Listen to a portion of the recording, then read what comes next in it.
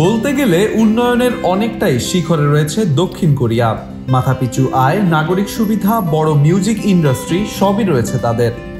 তবে দেশটিতে বেড়েছে নিঃসঙ্গ বসবাসকারীর সংখ্যা। দেশটিতে অভূতপূর্ব হারে বেড়ে প্রথমবারের মতো 1 কোটি ছাড়িয়েছে এই সংখ্যা। স্বরাষ্ট্র মন্ত্রণালয়ের তথ্যে দেখা যায় দেশটির 42% মানুষ একা থাকছেন। এই পরিবর্তন ইঙ্গিত দেয় জনসংখ্যা কাঠামো ও সামাজিক অভ্যাসের বড় রূপান্তরের। ওয়ালটন এখন দেশের সীমানা পেরিয়ে পৌঁছে গিয়েছে 50টিরও বেশি দেশে। ওয়ালটন, ঘরে ঘরে, বিশ্বজুড়ে। জনসংখ্যা হ্রাস, জন্মহার কমে যাওয়া এবং বয়স্ক জনগোষ্ঠীর দ্রুত বৃদ্ধি এই প্রবণতার মূল চালক। 2020 সালে দেশটির জনসংখ্যা ছিল 5,18 লাখ। 2024-এ তা নেমে দাঁড়িয়েছে 5,12 লাখে। প্রবীণদের পাশাপাশি তরুণরাও একা থাকার জীবন বেছে নিচ্ছেন। শুধু প্রবীণদের মধ্যেই অন্তত 21 লাখ মানুষ একা থাকেন, আর 20 ও 30-এর কোঠায় এমন মানুষের সংখ্যা 32 লাখ।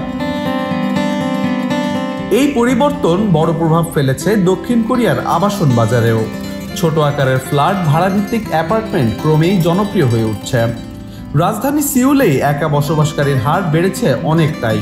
এই প্রবণতা পাল্টে দিচ্ছে শহরের জীবনযাত্রার ধরন। তবে এই ঘটনার সামাজিক দিকটি উদ্বেগজনক। একা থাকা মানুষদের অনেকেই একাকিত্ব ও বিচ্ছিন্নতায় ভুগছেন। শুধু 2023 সালেই দেশটিতে 3,600-র বেশি লোনলি ডেথ রেকর্ড করা হয়েছে। এ কারণেই সিউল কর্তৃপক্ষ চালু করেছে লোনলিনেস ফ্রি সিউল প্রকল্প। পাশাপাশি সরকার বিচ্ছিন্ন তরুণদের জন্য দিচ্ছে আর্থিক সহযোগিতা, যাতে তাদের সামাজিক ও মানসিক স্থিতি ফিরিয়ে আনা সম্ভব হয়।